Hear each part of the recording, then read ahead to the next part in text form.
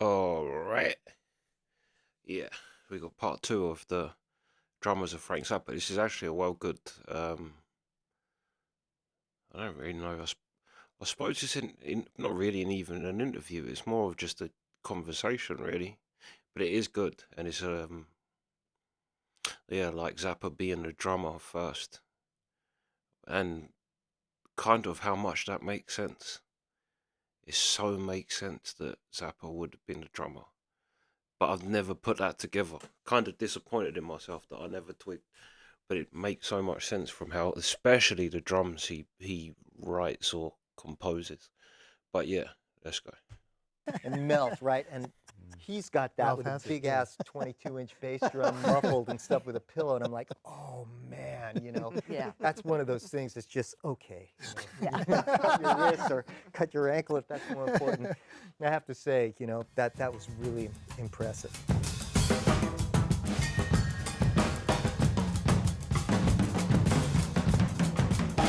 So Zappa.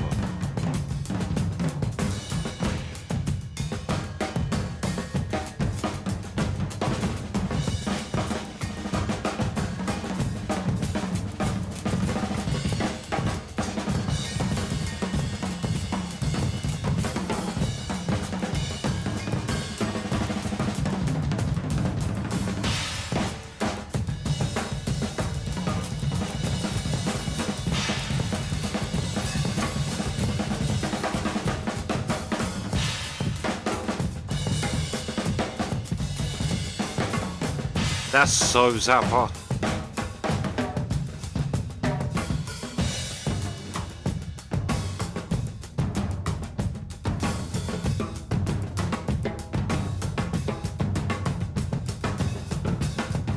Three drummers Mhm. and a percussionist with Don's band. So I had been used to that, and there had been a couple of different people that I'd played with the band, and it's a challenge. I mean, you must know that it's not the easiest thing in the world, and hopefully you have people who can come together and kind of put the egos in the pocket and make it happen. Yeah.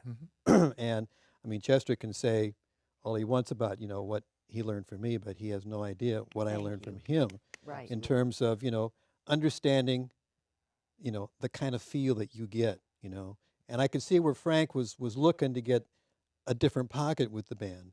And like Ruth said, the clean notes and the the college educated kind of Yeah. thing that Frank was presenting, which was fantastic. Yeah. But now we're going to add a little grease to the Yeah.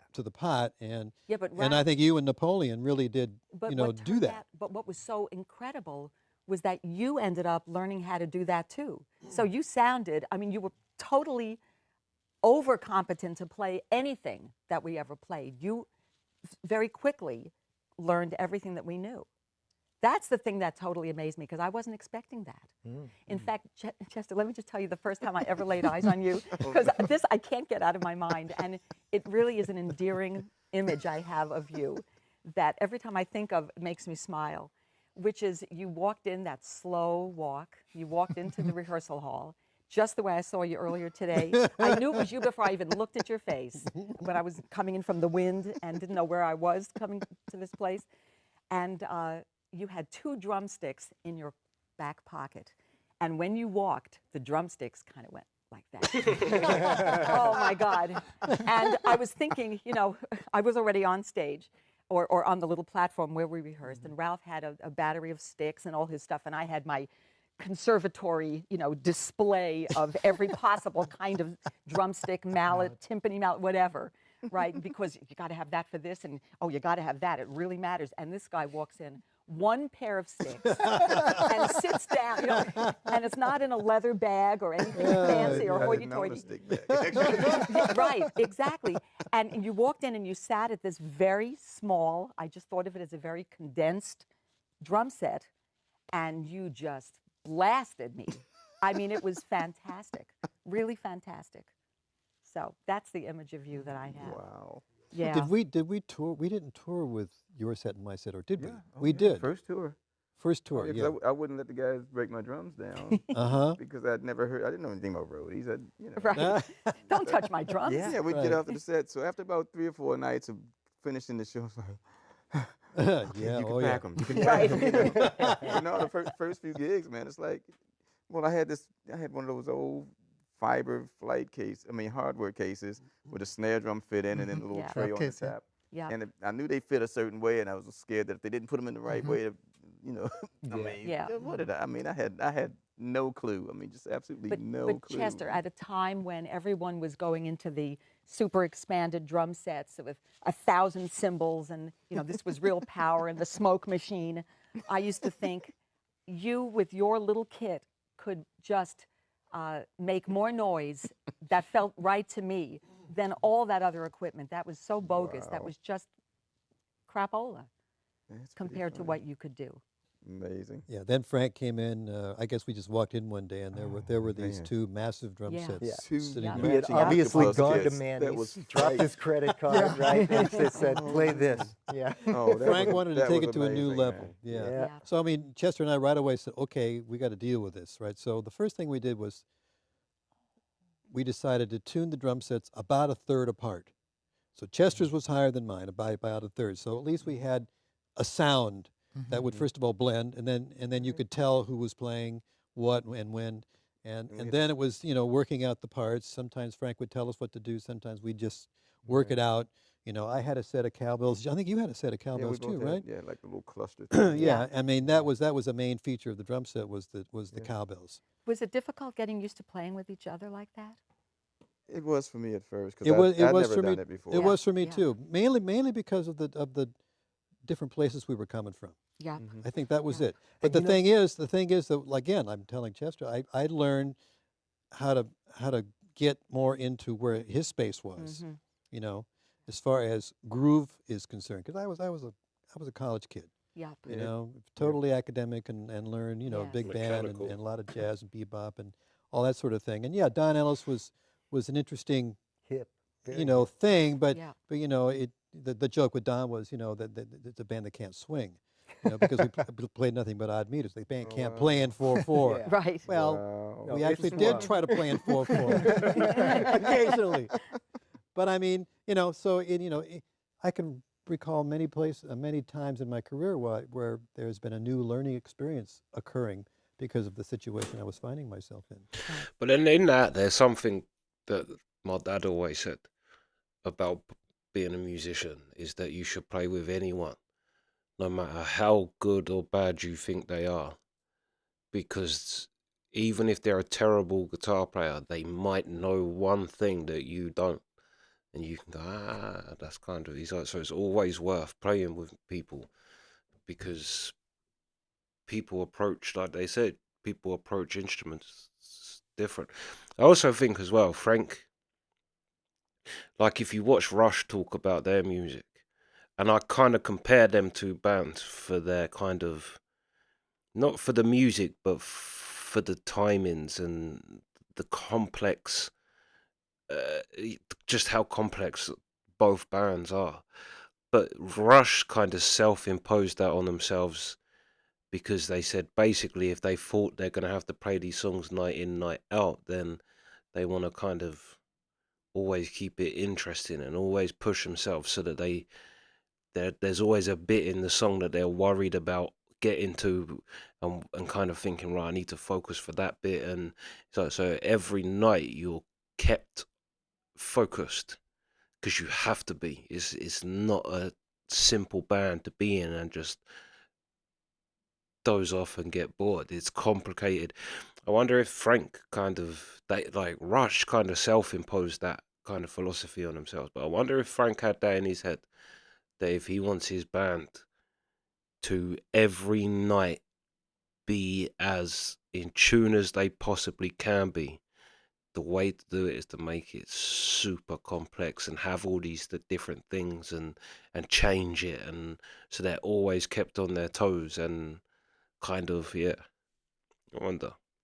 This was one of them. Man, and I have to congratulate you both on this because it's taken me back sitting here thinking about this, and I've since played with so many other drummers and truly enjoy it with this different older headspace. But going back to that mind space at that time, I'm thinking, who else did this? The Grateful Dead or the Doobie Brothers? So you had to literally be stoned to want to play Was it with the Allman another Brothers? drummer at Yeah. that time.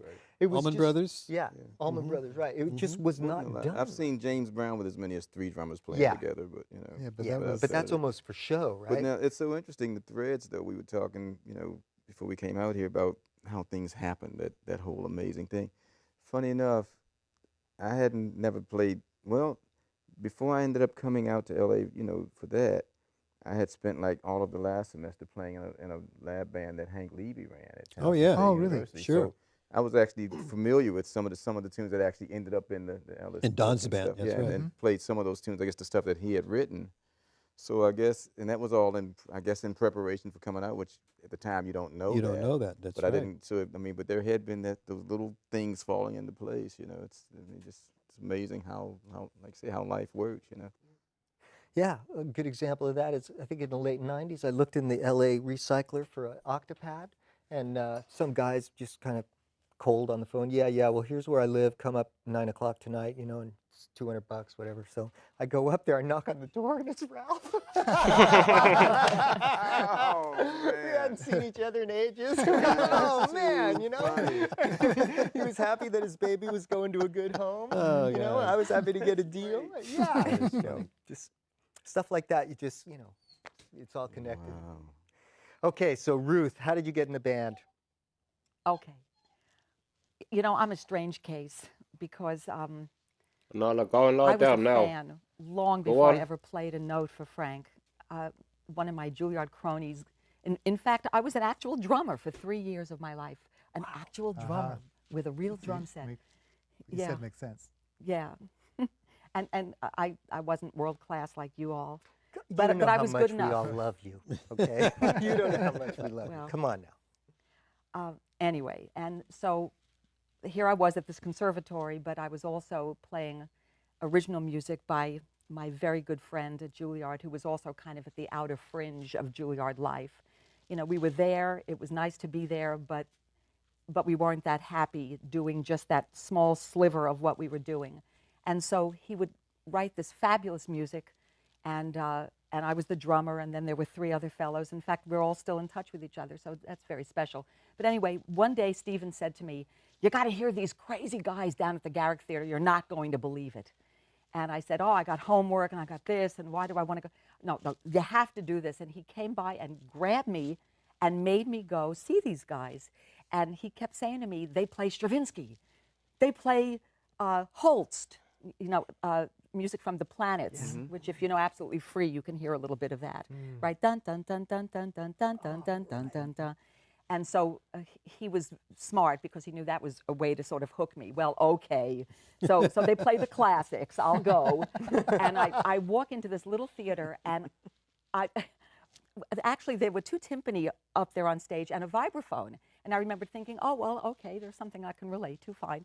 You know, but I really don't want to be here. And then these guys with very long hair just sort of calmly filed onto stage in a haphazard way, just whenever they felt like it. And then the man that turned out to be Frank Zappa, I actually thought his name was Zappo, because I could hear people going, Zappa, Zappa, and it sounded like Zappo to me. And he walked on stage and strapped on the guitar, and they started playing, and that changed my life. I mean, everything fit, and I knew it at the time. This wasn't a situation of years later I can look back on it and go, yeah, that made sense. That was perfect for me. That embodied everything that was important to me at the time in music. And I loved the fact that there was also a lot of humor going, because at Juilliard, you know, you smile and you're immediately suspect. What's so funny about that? Or you find something funny about the Bach Brandenburgs or whatever. And, but of course it was essentially the music that got me, but the whole package just fit me perfectly. And then I found myself going down there all the time, whenever I could.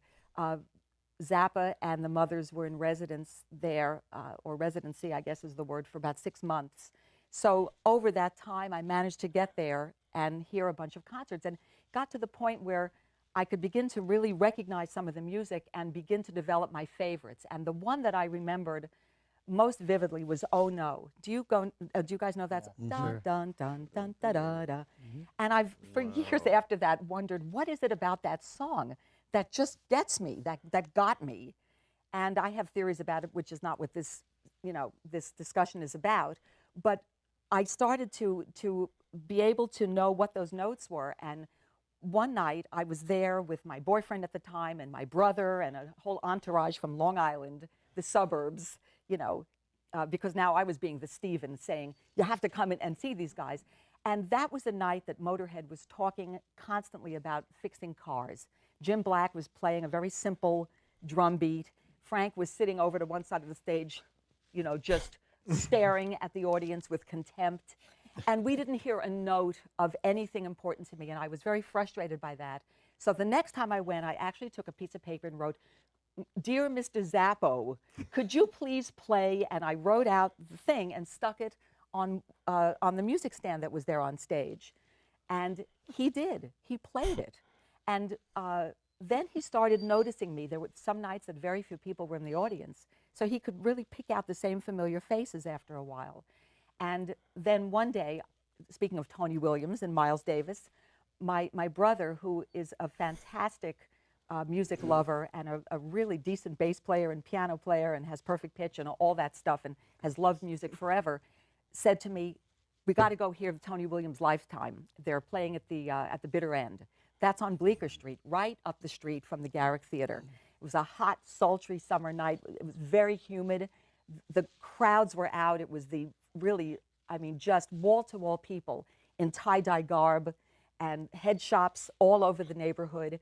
You could almost taste the air. It was just thick with people and with just music everywhere. And while we were standing online waiting to go into the Bitter End, and I must confess, I remembered thinking, oh, I'd much rather be going to see Zappa's show. I just was up for that. Who walks by but Frank? No bodyguards, no nothing. This was in the day where anyone could walk anywhere and feel safe. And my brother says, "Mr. Zappo, you have to meet my sister. She's the greatest marimbist in the world." And I thought, oh, my God, oh, God, oh, God. And I'm wearing a dress with my long, makeup, the whole deal. I was so un-Zappa-like because I was going to a jazz club and wanted to look good. And he turned and looked at me and said, "Bring your marimba down to the theater tomorrow or whatever, and I'll audition." Well, I never did. I just didn't do it. But I kept going to the show. I was thinking, how am I going to get my marimba there? I didn't want to tell my parents, nice Jewish Long Island parents, that I'm going to show up at this club and this weird-looking guy is going to audition me. And I didn't drive a car because I was a New Yorker, and New Yorkers don't know how to drive. And so I just never showed up. And then there's a bunch of stuff that we don't need to talk about.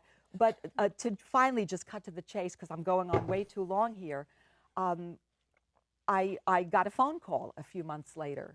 Apparently, I don't know if my brother had written my phone number down and slipped it to Frank or what, but I get a call. I think it was December of '67. Nala. And he said, Go and lie "How down. you doing?" Go on. I'm going, "Who is this?" Frank Zappa, in his clipped way of speaking. And that rings a bell, right, Chester? You can almost hear that voice. Terse, yeah. Yeah. And he said, we're doing 2 nights at Town Hall, December 22nd and December 23rd.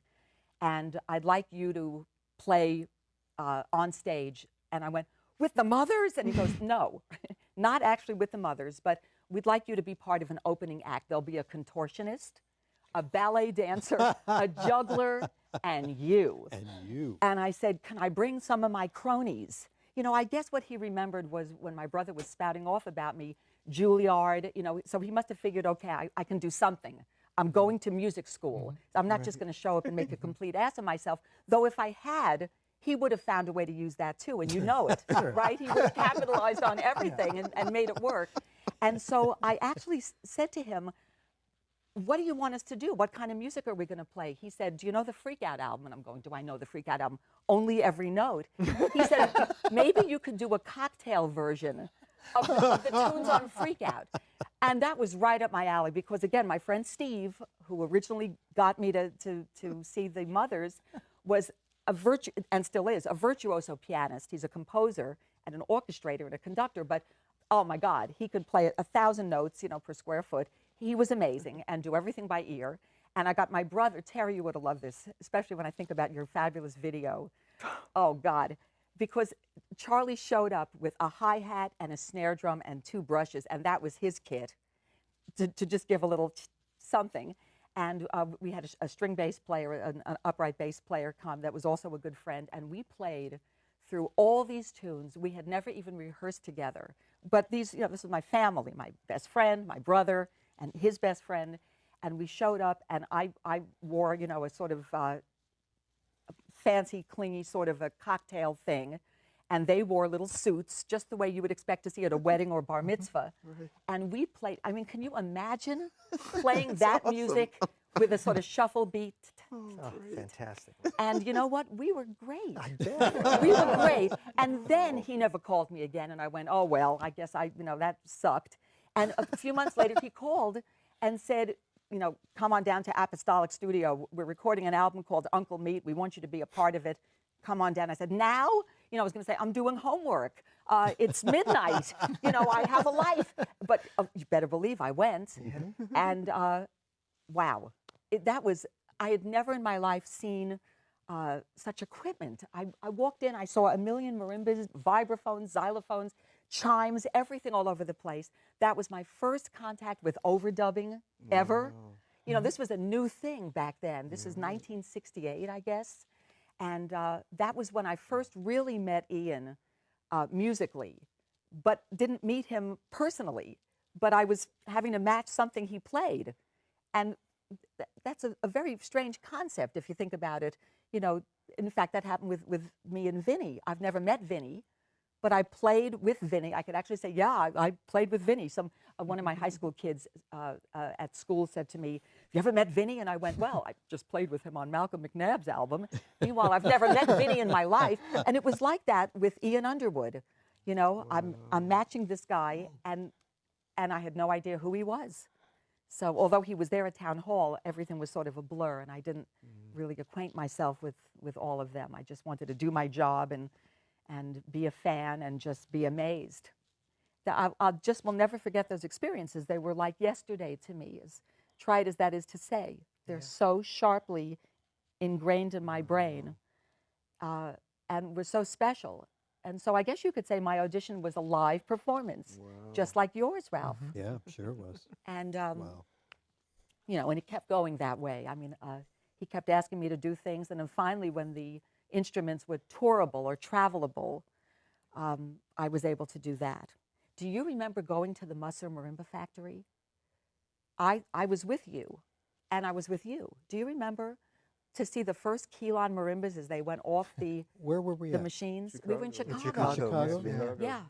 Well, I watched on one of the tours that we did, I watched my only, and it was wood, and it was so dear to me, Brentwood marimba, being dropped from approximately a 3-story height. Well, it was in one of the anvil cases, but still, I just went, oh, God, that's it for me. And that was one of the first times, one of the many times I quit the band. And then, you know, that's when Frank said, you know, they've invented this new thing. It's Keelan, it's indestructible. And I remember going to the factory with you guys and seeing, I almost brought it today. I was going to bring it and just show it to you, but it's so old hat now, probably everybody knows it. That weird green color bar, that very heavy, you know, before they spray painted it brown to make it look cosmetic, like a marimba. And I remember holding this thing and hitting it, and I mean, it was actually fantastic. And the whole idea that you could have it out in the snow, that you could sit on it, that you could drop anything on it. And in fact, at one of our concerts, a major piece of a scaffolding, I think it was in Boston, did in fact fall on it and nearly killed Frank and me. He had just walked away from the Uncle Meat setup, right? He was going back to do his guitar stuff. And thank God, because a major part of the ceiling fell. And the only thing that even shows on my Keelan marimba is the tiniest little scratch on the note F sharp. One little scratch where you can see the green color coming out from underneath the paint. Wow. And that's all that happened. And I mean, I don't know what the weight of that thing was. It had to be 500 or 600 pounds of something that fell. I remember. Yeah, she's a good storyteller, to be fair. She is actually a good, like, she does paint a picture well. But yeah, and it seems kind of like everybody has these kind of weird ways of getting in Frank's band. But then I suppose it makes sense because Frank he's weird. So yeah, it does make sense. But hold on 2 seconds. All right, let's finish off this part. Let's go. Part of Back in writing those for us. days, touring and stuff was You remember? dangerous. You know, those gel Yes. frames would Sure, always yeah, they would fall and fall, stick yeah. in like a Right. knife Yes. from Yes. 2 Right. stories up, you know, into the wooden stages. And I always marvel that nobody, at least of the musicians, was killed. I You know, I know. although well, some were. Although Frank broke his you know? leg falling down into Yes. the pit. Well, that Yeah. was a push, but Oh, were Yeah. you on that tour? I was not on that no, tour. that but was before. Yeah. Before our Yeah, time. yeah, I'd heard stories, but Yeah, that was really a Was that in life-altering probably experience England? for him, for Frank. He was never the same. And the equipment overwhelm thing was something I felt too. Yeah. I had fiber cases. You know, if I left them out in the rain, they were warped. And I Yeah. walked in to my audition where you guys had been at the place on Bronson and Van Ness there. Mhm.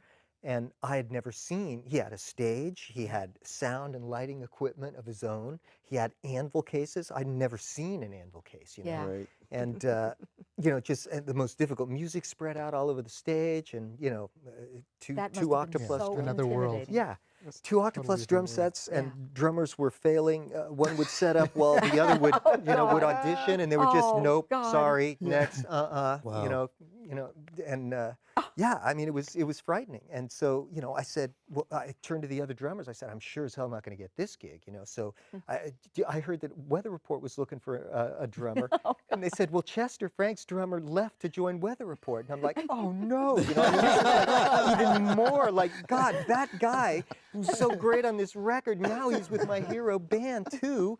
And you know, so my thing, first thing up, read Approximate. Yeah. Huh. Oh, really? And I- So, Okay. you know, And I have it right here, by the Yeah, way. I and- wanted to show it yeah. to Chester especially, because that's one of the greatest things I ever heard in my life is you on that volume 2. You can't do that on stage anymore. That is monumentally incredible. but now It's in you there guys, for you to see. I want you to You see it got and tell me if you Approximate here? remember. you playing guys it. actually danced that one night. Yeah, and we sang it too. Yeah. We Write your we words? used to have to dance Oh, it in no, just whatever restaurants. Yeah. came out of our Oh mouths. man, It was so let me fast. explain. Yeah, yeah. Approximate is a piece written with precise rhythms it's up in and there, down yeah. the staff The drum melodically, but parts it's in written there with and the, X's, so you can melody just improvise whatever There you pitches go. you want as long as you cop the melodic curve. So the cacophony be in together. unison that results is similar to like Monk or some through composed classical music. It's a startling and amazing, you know, concept. There Yeah, you go. This here is it for is. everybody else. Three. So yeah. 4.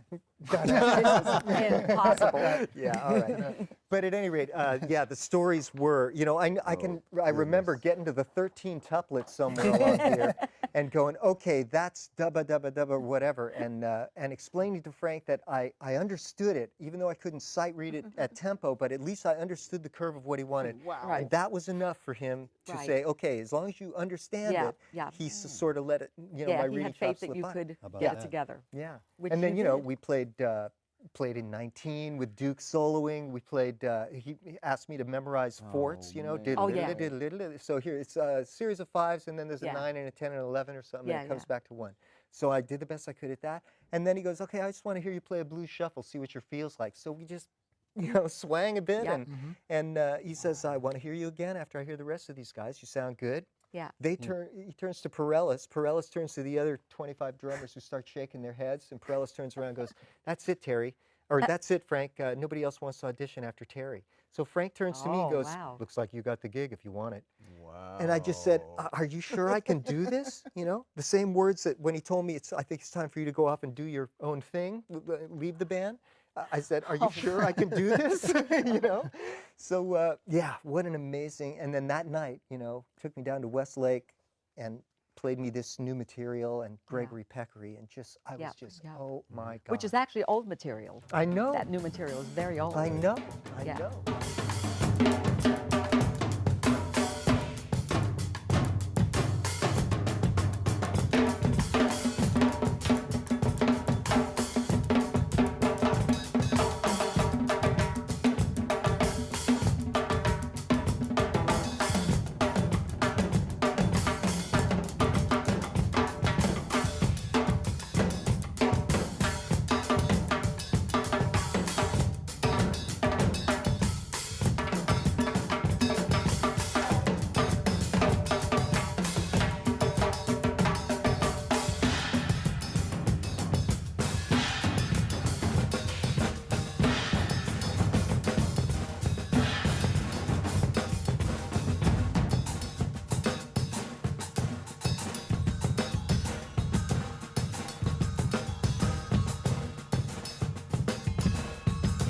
it was just brought. Oh, we'll pause there.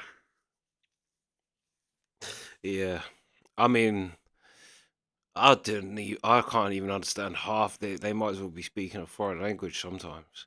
So complicated. So complicated. Yeah. Yeah. And it's kind of nice that Frank also pushed them out, like, to kind of be on their own like that.